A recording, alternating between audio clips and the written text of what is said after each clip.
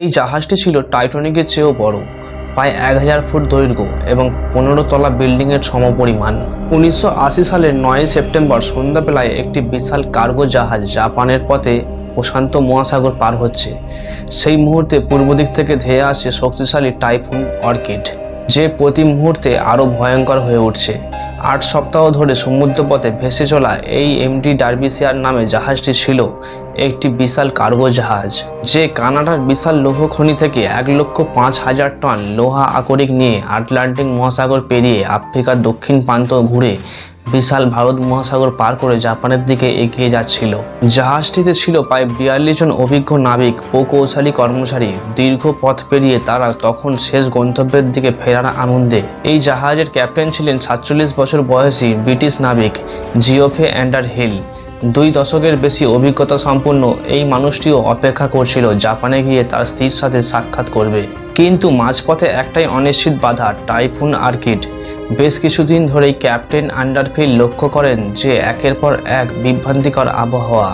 তবুও তিনি ভেবেছিলেন এই ঝড়কে হয়তো পিছনে ফেলে এগিয়ে যাওয়া সম্ভব হবে, কিন্তু একটা সময় এই সুযোগ আর থাকে না।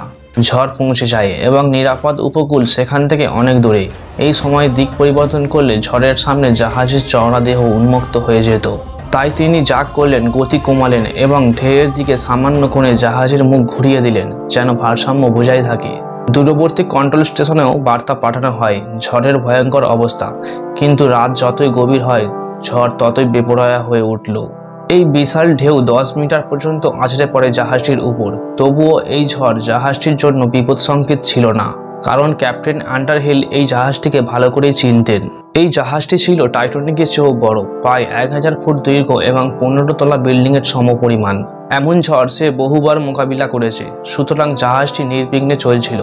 সবাই সবার দায়িত্বে ব্যস্ত, সিস্টেম দেখাশোনা, যন্ত্রপাতি বেঁধে রাখা, দিক ও গতি সামলানো। কিন্তু হঠাৎ গভীর অন্ধকারে চোখের আড়ালে যেন একটা অজানা অশুভ শক্তি এগিয়ে আসে।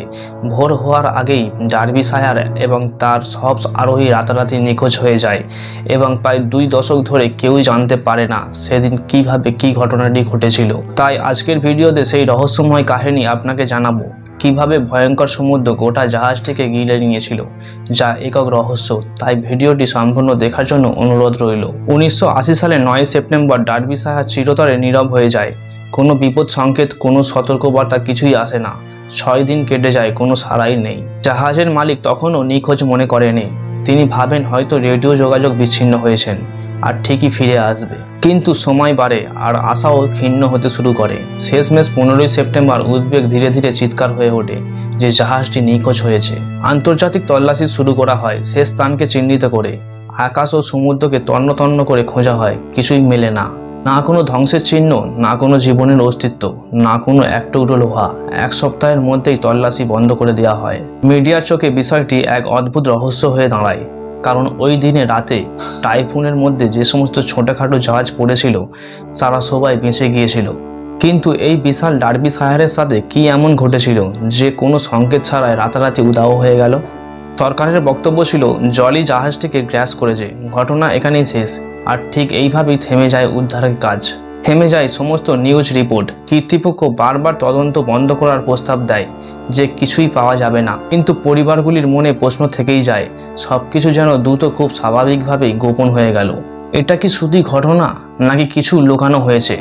ডার্বিশায়ার জাহাজটিকে তৈরি করা হয়েছিল ব্রিটেনের সোয়ান হান্টার শিপ ইয়ার্ডে। ইস্পাত দিয়ে গড়ে ওঠা আরেকটি দানবীয় জাহাজ যোগ হয়েছিল বিশ্ব বাণিজ্যে বেড়ে ওঠার বহরে। এই জাহাজটি পরিবহন করতে পারত 1,05,000 টনেরও বেশি মাল, যা কয়েক দশক আগেকার জাহাজগুলির তুলনায় 4 গুণ বেশি। তবে শুধু আকারেই নয়, ডার্বিশায়ার ছিল একেবারে নতুন ধরনের। এটি ছিল ওভিও অর্থাৎ আরবালক অয়েল ক্যারিয়ার। এই জাহাজের বিশেষত্ব ছিল একপাশে তেল নিয়ে গেলে ফেরার পথে লোহার আকরিক আনতে পারত, ফলে কোনো সময় ফাঁকা ফিরতে হতো না। সব সময় কিছু না কিছু পরিবহন চলত। চালানো ঠিকভাবে হলে এমন ওভিও জাহাজ 20 থেকে 30% বেশি আয় দিতে পারত। এই ডার্বিশায়ার জাহাজটি ছিল ব্রিজ গ্লাসের 6টি ওভিও জাহাজের একটি, যা ব্রিটেনের শীর্ষস্থানীয় শিপিং কোম্পানিগুলির অর্ডারে তৈরি করা হয়েছিল দেশের সেরা নির্মাতাদের হাতে।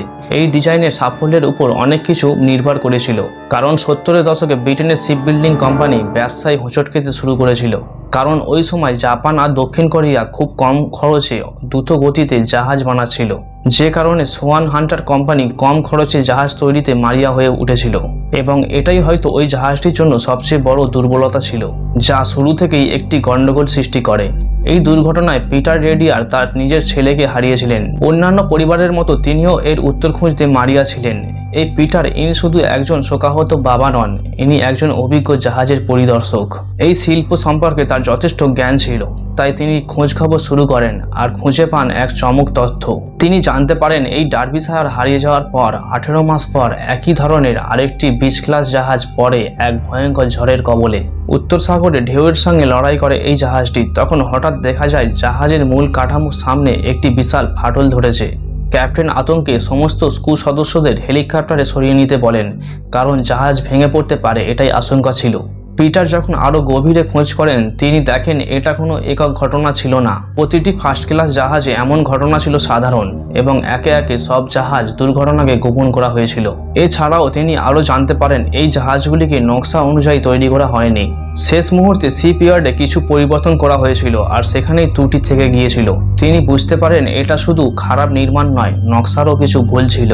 তিনি সমস্ত প্রমাণ পাঠান পরিবহন দপ্তরে, কিন্তু কোনো লাভ হয়নি। বিভাগ জানায় যে তারা নতুন কোনো প্রমাণ পেলে দেখতে রাজি আছে, কিন্তু তারা ডার্বিশায়ারের পুরানো তদন্তেই সন্তুষ্ট। তারা নতুন করে কিছু করার ইচ্ছা তাদের নেই। কর্তৃপক্ষ মুখ ফিরিয়ে নেয়, তবে পরিবারগুলি চুপ করে বসে থাকেনি। 1984 সালে তারা তৈরি করে এক ডার্বিশায়ার ফ্যামিলি অ্যাসোসিয়েশন। সত্যটা জানার জন্য তারা একজোট হয়ে লড়াই শুরু করে। 1986 সালের নভেম্বরে আরেকটি ফার্স্ট ক্লাস জাহাজ কাউন আইরিস উপকূলে ভেঙে পড়ে। আটলান্টিকে পাড়ি দিতে গিয়ে দুর্বল কাঠামো আর উত্তল ঢেউয়ের সম্মুখীন হয়ে টুকরো টুকরো হয়ে যায় এই জাহাজটি। সুতরাং এবার আর ঘটনাটিকে চাপা দেওয়া যায়নি। সবকিছু ঘটেছে সকলের চোখের সামনে। ব্রিটিশ সরকারকে বাধ্য হতে হয়েছে তদন্ত শুরু করতে। 6 মাস ধরে বিশেষজ্ঞ, নকশার আইনজীবী সবাই নিজেদের মতো করে তদন্ত করে, কিন্তু তারা কোনো সূত্রই মেলাতে পারছিল না। যিনি বছরের পর বছর ধরে তথ্য জোগাড় করছিলেন, পিটার রেডিয়ার্ড, তাকে কোনো কথা বলার সুযোগই দেওয়া হয়নি। তার জমা দেওয়া সমস্ত প্রমাণ কার্যত অগ্রাহ্য করা হয়েছিল। 1998 সালে 18 জানুয়ারি প্রকাশিত হয় চূড়ান্ত তদন্ত রিপোর্ট। তাতে বলা হয় কোনো কাঠামোগত ত্রুটি নেই। ডার্বিশায়ার ছিল স্বাভাবিক একটি জাহাজ, যেটা সমুদ্রে ডুবে গিয়েছে স্বাভাবিকভাবেই। পরিবারগুলি এই সিদ্ধান্তে ফেটে পড়ে। এত বছরের লড়াই, এত আশা, সব যেন এক ঝটকায় বন্ধ হয়ে যায়। তবুও তারা থেমে থাকেনি। 1994 সালে অবশেষে সেই দীর্ঘ সংগ্রামের ফলে আন্তর্জাতিক পরিবহন শ্রমিক ইউনিয়ন অর্থাৎ ITF পরিবারগুলির পাশে দাঁড়ান। মে মাসে তারা একটি অনুসন্ধানকারী দল পাঠায় সেই গভীর সমুদ্রে, ঠিক সেই স্থানে যেখান থেকে ডার্বিশায়ার শেষবারের মতো সিগন্যাল দিয়েছিল। 14 বছর আগে হারিয়ে যাওয়া একটি বিশাল জাহাজ খুঁজে পাওয়া, তাও আবার সমুদ্রের প্রায় 4 কিলোমিটার নিচে, যা অসম্ভব বলেই মনে করা হয়েছিল। কিন্তু মাত্র 23 ঘন্টার মধ্যেই তারা খুঁজে পায় জলতলদেশে নিঃশব্দে শুয়ে আছে এই ডার্বিশায়ার। এটা কেবল রিপোর্টের পাতায় লেখা একটি নিখোঁজ নাম নয়, এটা এখন বাস্তব ধাতব ভয়ালু এক প্রমাণ। তবে জাহাজটি যেইভাবে ডুবেছিল সেই রহস্য সমাধান করতে সময় লেগেছিল আরও 6 বছর। আর যখন গভীর সমুদ্রের নিচের তোলা ছবিগুলি বেরিয়ে আসে, তখন তা একেবারে স্পষ্ট করে দেয় যে সবার ধারণায় একেবারে ভুল ছিল। সেই রাতে 1980 সালের 9 সেপ্টেম্বর যখন ডার্বিশায়ার টাইফুন আর্কিডের মুখে পড়ে, জাহাজের ক্যাপ্টেন আন্ডারহিল ধৈর্য নিয়ে গতি কমাচ্ছিলেন। ক্যাপ্টেনের আত্মবিশ্বাস ছিল প্রবল, কিন্তু সেই মুহূর্তে শুরু হয়েছিল পতনের খেলা। ঢেউয়ের পর ঢেউ আছড়ে পড়েছিল জাহাজের সামনের ডেকে। হাজার হাজার জল উঠেছিল উপরে, একে একে ভেঙে পড়েছিল ভেন্টিলেটর কভার। জাহাজের নাক ক্রমশ ভারী হয়ে গিয়েছিল। এরপর আরও ঢেউ, আরও জল যেন ভিতরে সেদিয়ে যাচ্ছিল, যা জলের চাপে ভেঙে পড়ে এবং ভয়াবহ পরিস্থিতি তৈরি করে। এমন এক বিশাল লৌহ দানব আর নিজেকে রক্ষা করতে পারছিল না। জলের ভিতরে চাপ, বাতাস ভর্তি ফাঁপা জায়গাগুলির ভেঙে পড়া যেন জাহাজটির ভিতর থেকে ছিঁড়ে যেতে থাকে। এই ডার্বিশায়ার ব্রিটেনের ইতিহাসে সবচেয়ে বড় হারানো জাহাজ ছিল, যা নিঃশব্দে হারিয়ে যায় প্রশান্ত মহাসাগরের তলদেশে। আর এখানেই প্রশ্ন ওঠে, এটা কি কোনো ভয়ঙ্কর ঝড়ে হারিয়ে যায়, নাকি একেবারে স্বাভাবিক একটি ছোট্ট টাইফুনে? আপনার মতামত আমাদের কমেন্ট বক্সে লিখে জানাতে পারেন।